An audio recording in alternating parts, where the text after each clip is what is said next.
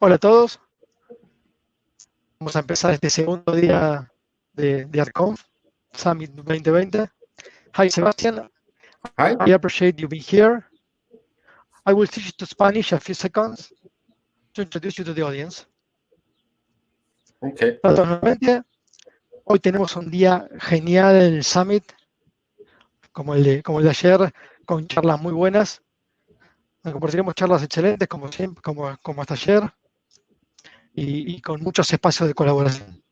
Nuevamente, agradecer a los sponsors, Google Cloud, Ingenia, Accenture, Cast, Global Logic, Red Hat, por ser sponsor Gold, y al resto de los sponsors que nos están apoyando, como GoElevate, Sensil, Global Meaning, Sigmus, Black Vision, Sendate, Natural Tech House y Fauna. Bueno, ahora llega el turno de abrir nuestra primera charla, en la cual Sebastien Blanc va a continuar un poco la charla de Alex Soto del día de ayer, y va a estar hablando de cómo es desarrollar microservicios native usando Kubernetes. Sebastien es director de experiencia de desarrollo de media para Red Hat y es un apasionado de compartir el conocimiento. Cualquier pregunta o consulta que tengan, como el día de ayer, lo compartimos en el chat de la derecha o si no, en el Discord, en el grupo, en el channel Containers and Kubernetes. Right now. Sebastien, we are ready. Wherever you are, would you like to kick it off? Yeah. Okay. Hey, thank you, Santiago. So welcome everyone, and thank you for attending this session. So just double check if you can hear me well, see me well, and I hope. Perfect, Sebastien. Yes, perfect. Awesome. Cool. So let me share my screen because that's where all the things will happen. There we go. And we shouldn't be now in inception mode. Awesome. I don't have any slides, okay, because today it's just a live coding session. And I will just introduce myself. My name is Sebastien Blanc. So I'm half French, half Dutch. That's why I have this weird accent. I'm based in France, in the south, near Nice, near Cannes. So pretty nice place to live. I'm the director of developer experience. Yesterday you saw Alex Soto, which did a session. I watched it, and well, I hope the demo gods will be more nice with me than him yesterday, because he had some issues, and I think it was because Amazon was down when he tried to push his container to Quay. Okay. Anyway, today I'm going to show you again a bit of Quarkus. Well, a lot of Quarkus. We're going to build a cloud-native application, a good cloud-native citizens. That means we are going to add some stuff to our application to make it a good cloud citizens. So we will add fault tolerance, REST client, health checks. We will package that into a container. We will deploy that. I will deploy that as a serverless service. And if we have still some time left, I will try to secure that service, okay? So without waiting, let me go to my IDE, VS Code here, and let me create a new Quarkus project, okay? So I'm using here Visual Studio Code. It has a really good tooling for Quarkus. Okay, so I remember you what Quarkus is. Quarkus is a Java stack to build applications for the cloud. And it's super fast and super small. You will see that live. So let me create a new Quarkus project. And here I can pick the tool that I want to use. I will go for Maven. And here I give a group ID. And then I can give a name to my application. And let me change the name here. Let's call it ARQCONF live. Okay, there we go. And will be a snapshot, and that is my package name. And then he asked me if I want a REST resource for me to be created. I say yes, I want a REST resource, and let's call it the hello resource that will create a REST endpoint for me. Okay, and I just want no extension for now, and let me put that in a folder. I should have created ARQCONF. There it is. Let me create it there and open that in a new window. Okay, so we give some time to the IDE to load the project. I should have here a Quarkus banner saying it's recognized it's a Quarkus project. Awesome, there it is. Okay, and here you recognize the structure of a classic Maven project. Okay, I got my source here with my main. I got my Java source code. I got here a Docker file, a Docker folder. We will check that later. I got my resources here with an application.properties where I can put all my configuration, okay? And I also have some test classes created for me. Cool, so let's take a look at my REST endpoint that has been created here. So for free, when I create a new project, I will have this REST endpoint. It's using REST Easy, which is an implementation of the specification JUX-RS, okay? If you come from the Spring Boot world, you will see it's a bit different.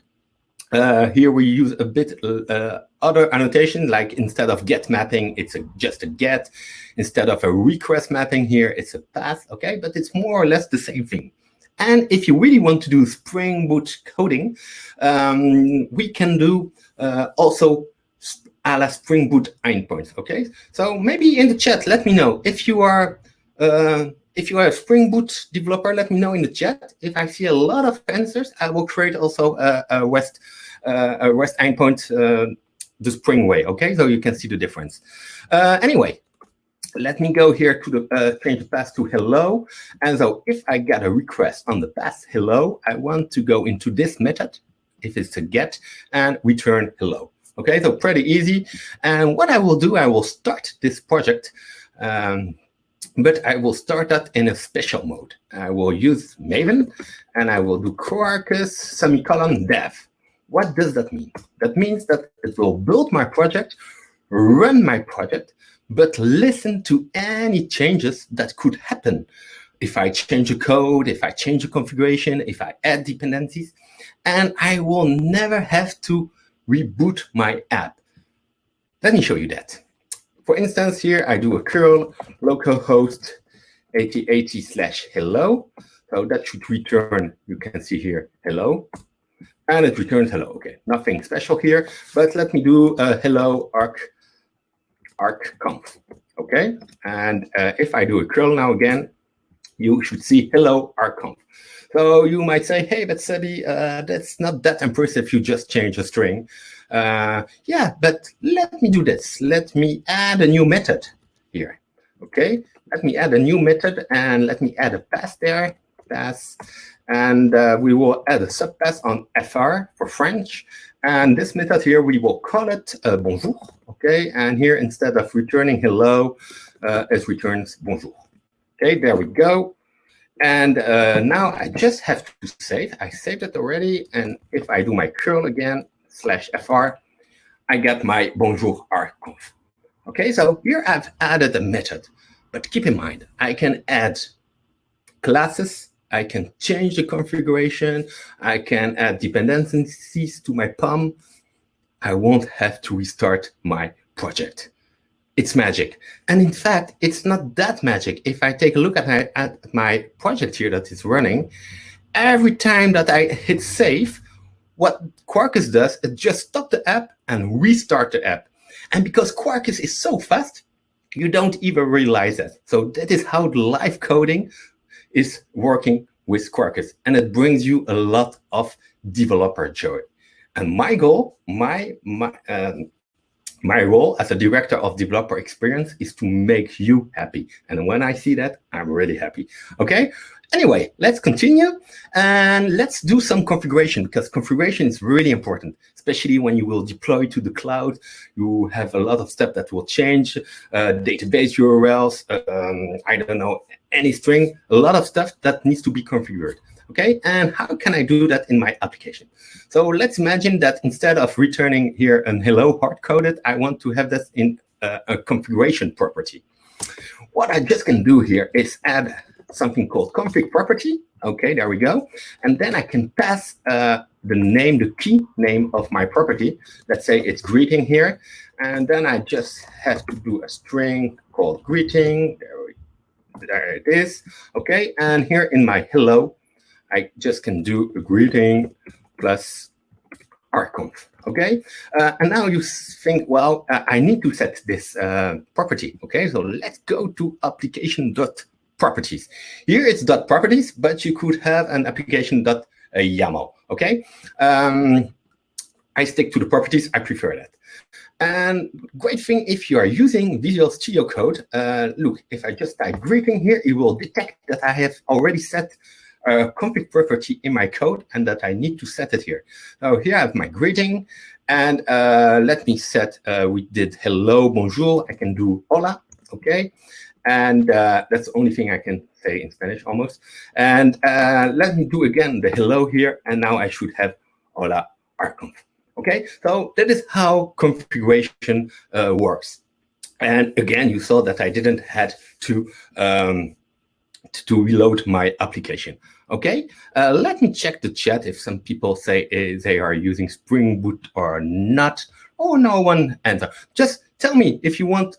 Well, you know what? I was quick enough. Let me create a Spring endpoint. Imagine that you are a Spring developer, a Spring Boot developer, and you want to use Quarkus, but you don't know exactly how it looks like, how you have to code that. Well, good news.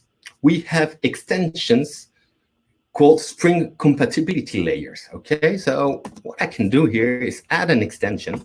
And what is an extension exactly in Quarkus? An extension is just a dependency that I add to my project. Okay, just a Maven dependency. And if I look for Spring here, you can see I have a lot of compatibility extensions, properties, cache, cloud, data, dependency injection, security, web. What I want is web. Okay, so let me add web here. Okay, so that has been added to my POM file. And now what I can do is I can create a new file. Let me call that the Spring resource. Okay, there we go, Spring resource.java. And let me do this. And now I can code my endpoint like I will do in Spring Boot. And how do you do that in Spring Boot? Well, the first thing you do is tagging that as a REST controller, with the annotation REST controller, okay? And then you can do a request mapping, okay? And let's say the request mapping is on Spring. And then I can add my endpoints. And I will add one here and get mapping on hello, something like that. And then I do a public string, Spring hello, there we go. And that will just return hello from Spring, okay? And here I just have to save. Let me go back here and let me curl now Spring/hello, and you should see here hello from Spring. So I can just almost take my Spring Boot classes, copy paste them in my in my Quarkus project, and it will just work. Under the hood, it will be still Quarkus. We just provide some layer for the annotation, but under the hood, it will be transformed into Quarkus code. Okay, and the great thing is that I can even inject some properties like I did. If I do this Quarkus, let me do the name here. I do the greeting, and here I do my string greetings, and that's, let me see here, I return this greeting plus Spring from Spring. Okay, and if I do that again on my Spring, I should have the hola from Spring. Cool. Okay, let's go to the next step. Okay, first thing I want to add, because I will always need that when I will push my application to the cloud, is something to call other services, to call remote services. Okay, I need a REST client. If you are from the Spring Boot world, you probably know the REST template. In Quarkus, we call that the REST client, okay? And to do that, the first thing I need to do is add an extension. And let me search for this extension. I search for REST. Look, there it is, REST client. And there we go, okay? And what are we going to do as a remote service? Well, you know what? This part here, instead of returning something hard-coded here, I would call a remote hello service.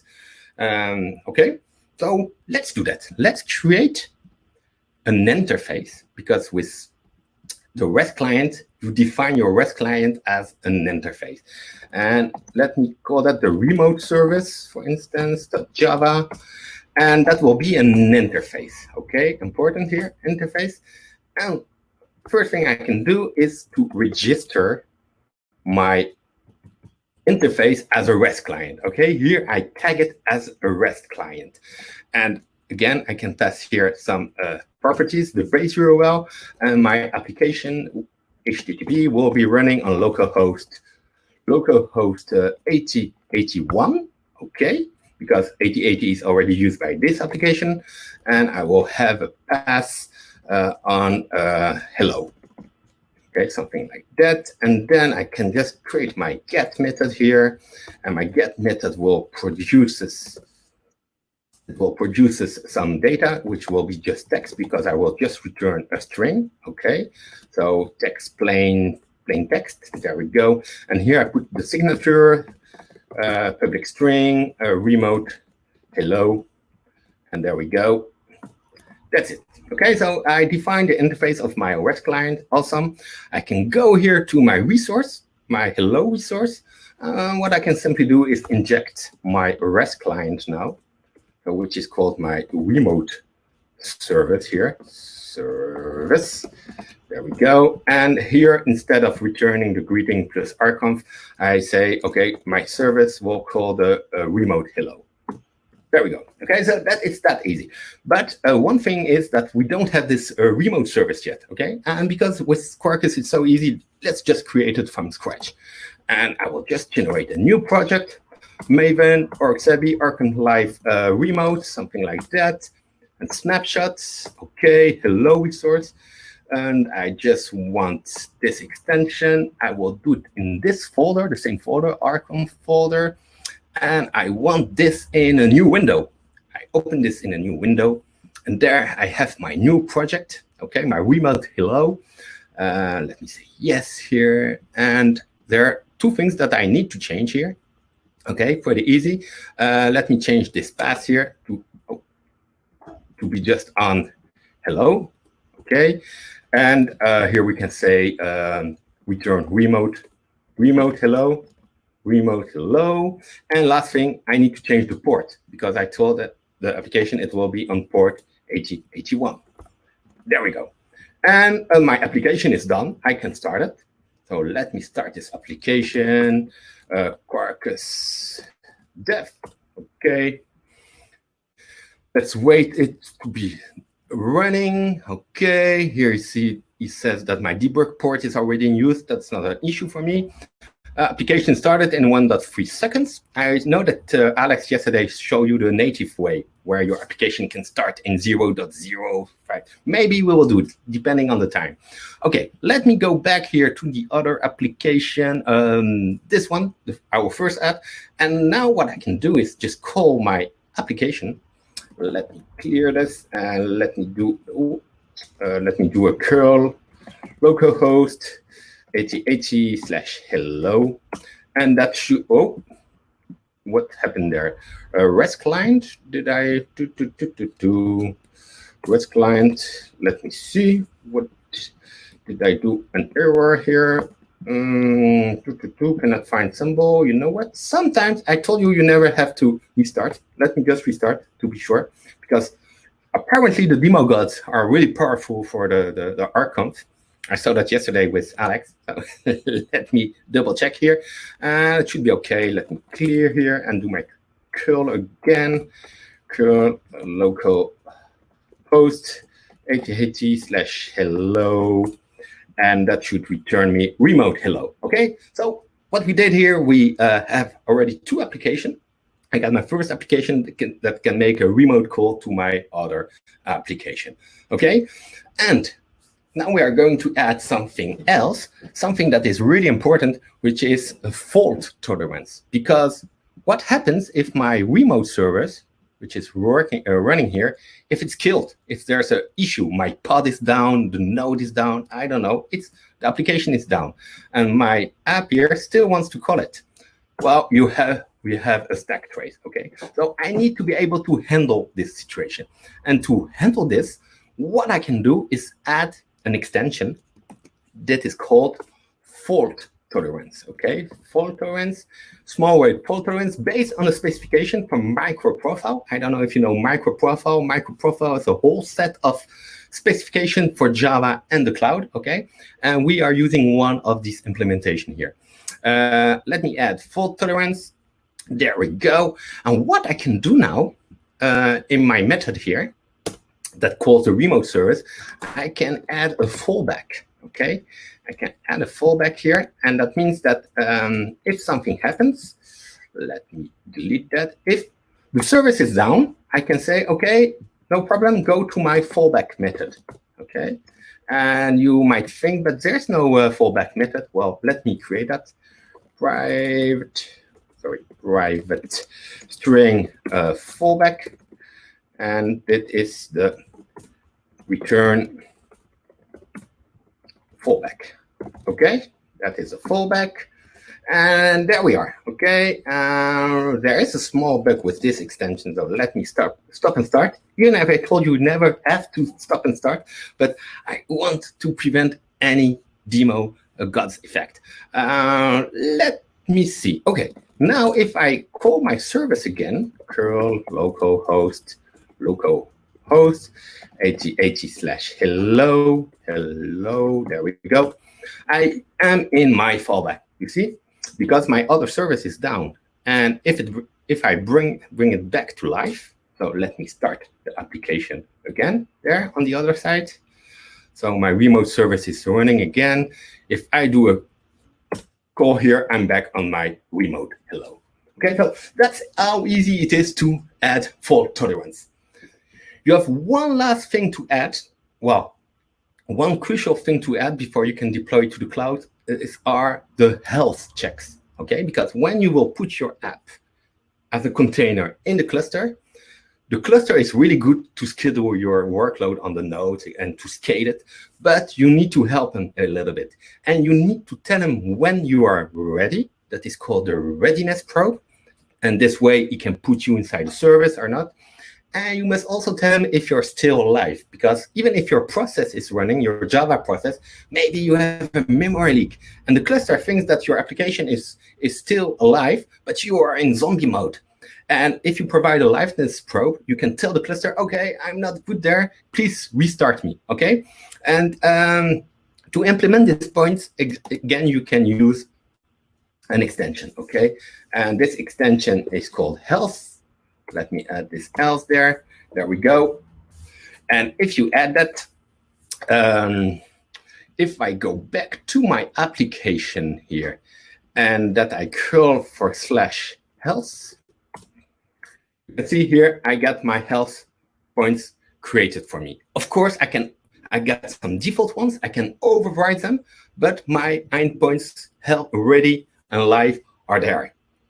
And I think that yesterday, Alex showed you how to generate the Kubernetes resources for your project.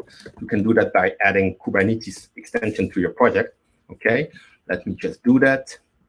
Let me stop the app here at the same time. Okay, and let me do a Maven clean package.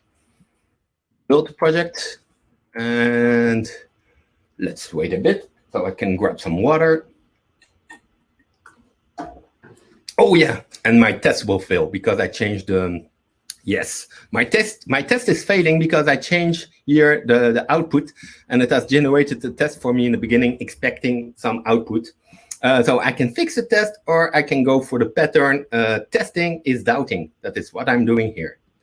So I delete the test, and I do it again. But seriously, you should always test your code. Here it's just in demo mode, so we don't really care. And let's take a look here at the target folder. And now we have a Kubernetes folder, okay? And if I open here my YAML file, I got my service, okay? I got my deployment with the image that I haven't created yet here. But look at this. I got this part. This is really important. Quarkus saw that I have the health extension installed. So he says, oh, I can add this liveness probe to the YAML file. And I can also add the readiness probe, okay? So just by adding this, you make the life of your cluster way easier. Okay, and now let's create an image. Okay, let me clear that. And I think yesterday Alex showed you how to use zip, so you can make the image directly from your Maven command. I'm going for the old school way. Okay, I'm using the Docker file to build it. And what I really like here is that in the comments you have just instructions to build the image. So here I say Docker build and pointing to my file, and here I just replace that with my Docker hub handle CB2706. ARQCONF live, I can remove GVM. Let me go, and that will build my image. Okay, my image should be built fast. And now it's not really going really fast, but while it's building the image, let me see. Oh, Spring Boot will be cool. So yeah, I showed it. Thank you. And let me hope, yeah, there it is. And there we have the container. It's built. And what I can do after that is just do a Docker push CB2706 ARQCONF live. Okay. And that will push my my container to Docker up. Okay, here it needs to upload a bit, so I don't have a really fast connection like Alex had yesterday. He has fiber, I don't have fiber. So, but you see, it's a pretty small image. Let me check the time, 14 minutes. Yeah, that is cool. That's cool. Docker up. Let's make sure it's there. That's why the things went bad yesterday for Alex. And let's cross my fingers for me. It's not still there. Let me refresh. And no. Do I have the same issue as Alex? That would be really funny. Let me refresh again.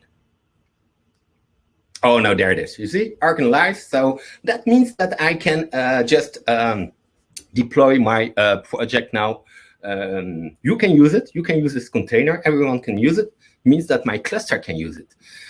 I could do like Alex did yesterday, applying my the YAML files. Okay, I just want to show you another way of doing that because I have a cluster running here, a Kubernetes cluster, but I'm using the Red Hat version of Kubernetes, which is called OpenShift. OpenShift is Kubernetes. Okay, but just with a few things more. But you can still do vanilla Kubernetes with that. What I want to do here is create a new project. Let's call it ARQCONF. There we go. And I create this project. So I create a namespace here. And here I go in developer view. Okay, developer view is for people that don't know anything about YAML, about Kubernetes. They just want to click and deploy their workloads. And look at here, I can do from Git. It will take my source, create an image, and deploy it. But I have also something called container image here. Oh, and if I click here, I can just add the tag that I've created. So I don't remember now the name, though it's ARQCONF live. Okay, this one. Let me do ARQCONF live. He will validate. It's validated, okay. And then I can tell him, do I want a deployment? Yes, I want a deployment. Knative service, we will do that right after. I want also a route to be created. That is something that you have with OpenShift. It will create a route that will expose publicly your service, okay? So in a few seconds, we should be able to all access the application that I just made, okay? So let's take a look here. The container is getting created. It's running. And I even get a root here. So if I open that here, that's my Quarkus application. If I do my hello, I got all my fallback because I don't have the other service. But if I go /fr here, I go to bonjour. Okay. And if you don't believe me, let me just paste that here in the chat. You can try it out. It's just live. Okay.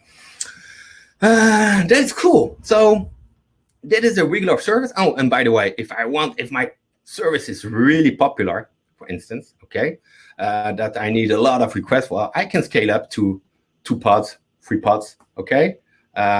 It's just scaling up. And to prove you that, I'm connected here to my cluster. If I go to my ARQCONF namespace, and that should be good. Oh, I did an error there. Oh no, it's okay. And I do kubectl get pods. I should see my 3 pods here running, okay? Cool. But what about going serverless? And you know what serverless is? Serverless means that I deploy my workload on the cloud, on Kubernetes. And if there's no request, there will be no pods, 0 pods. And if I got a request, it will scale up, okay? And I don't have time here to explain you exactly how Knative works, but Knative is native to Kubernetes. That means that you can use Knative on any Kubernetes cluster. You have no vendor locked in, like if you are using Amazon Lambdas or something like that. So it's a really cool way to doing serverless. Let me do that this way. Let me create a new namespace, create namespace, serverless Arc, something like that. I forgot a letter here, but no problem. Here I go to my namespace, serverless Arc. There we go. And now I'm in my namespace. Let me open Tmux. That will be easier. Tmux, and I do just something like something like that. Okay. Sorry, I want to split my screen. There we go. And here I do a watch kubectl get pods. So here it will check for my pods. I don't have any pods running. And for Knative, I can create a YAML file.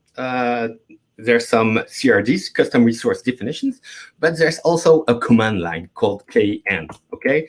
And kn is connected to my cluster, and from there, I can directly create my, my service. If I do kn service create, I call my service arc, let's just call it ARQCONF, that will be better. ARQCONF, and here I say which image. Well, the image is CB2706, and I think I still. Oh no, I thought I got it in my.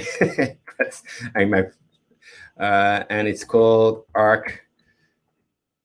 ARQCONF Live. I just want to double check because otherwise Oh yeah, ARQCONF Live. Yeah, that's cool. Okay, so just by doing this, that will create for me a new service. Here you can see already a pod getting created, and it's running. It's running really fast. If I did that in native style, it would go even faster.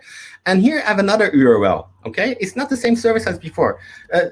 It's the same container, but if I do a curl here, /hello/fr,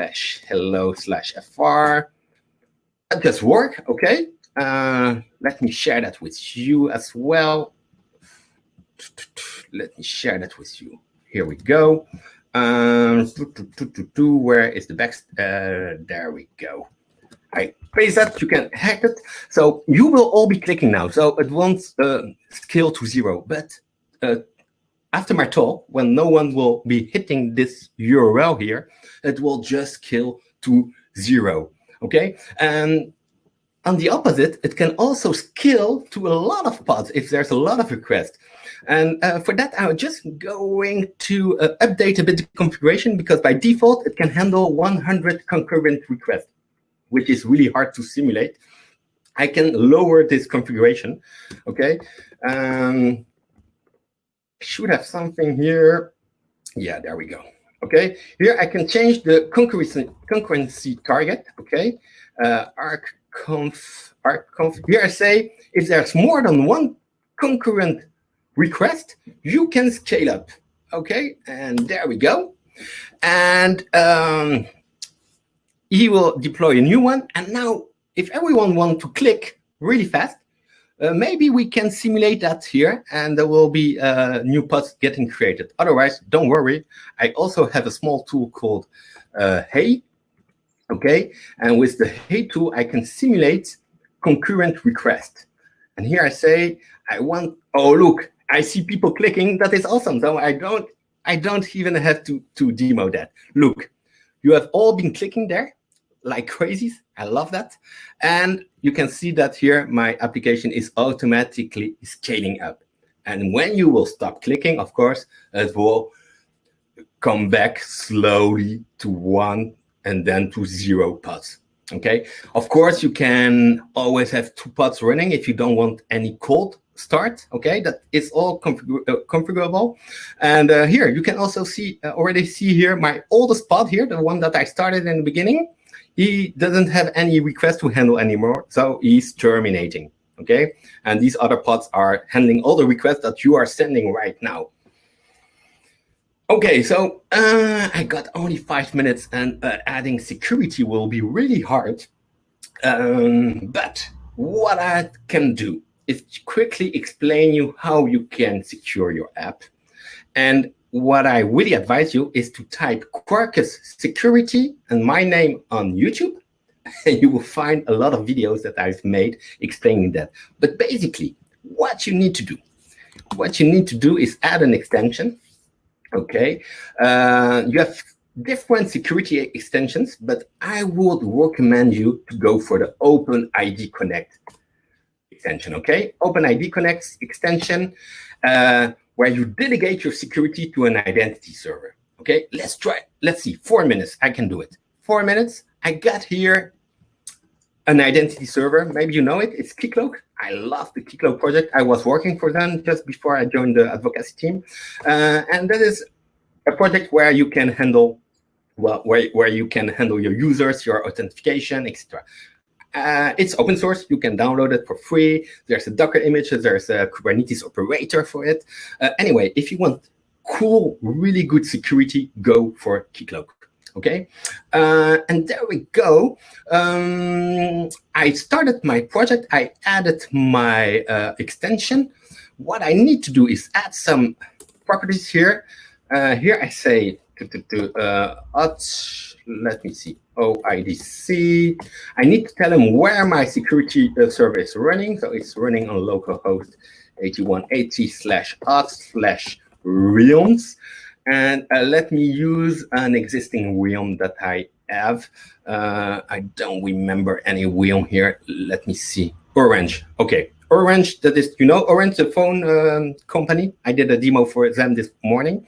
So I'm going to reuse this one. Orange, there we go. And the client ID, I don't remember what it was. Uppercase, I think, something. But it should work. It's not an issue. So now my app can talk. Let me start my app as well, because I don't think it's running. Maven Quarkus dev, 3 minutes. Should be all good. Now what I can do is I can annotate my whole class if I want. Let's do the whole class with something like this, roles allowed.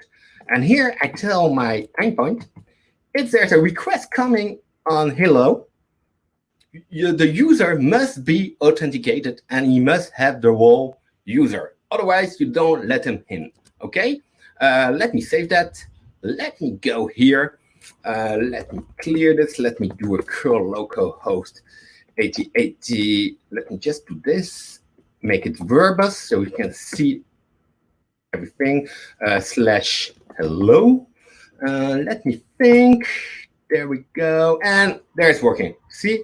401 unauthorized. Okay? So my backend service is protected. What will happen in the real world is that I will have a front-end application, a JavaScript web app, that will perform the redirect with my identity server with the logging screen, and I will be able to log in. I can 2 minutes. I can just simulate that really quickly. Let me try that. Application type. Here, well, let's pretend it's not a REST service, but a web app, the one we did, okay? And if I take this URL here, and I go here and I open that in a browser, so I go to hello, look what happened. I'm redirected to my Keycloak server, and there I created the user before, Sebi, and if I do that, I should be let in remote hello, okay? And we are back to the remote hello because my remote service is still working. Okay, so that was securing your service. But again, check on YouTube. I have a lot of videos.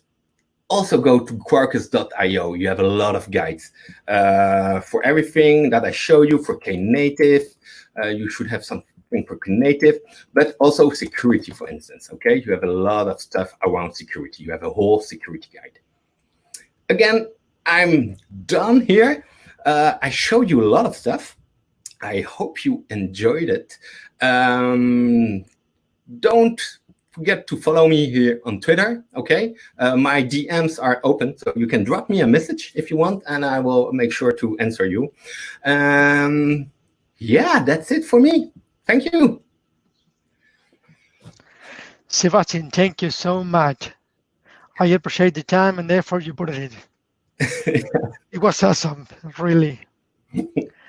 Well, we don't have enough time to question, but I am sure people will be writing on Twitter and follow you on Twitter to contact you.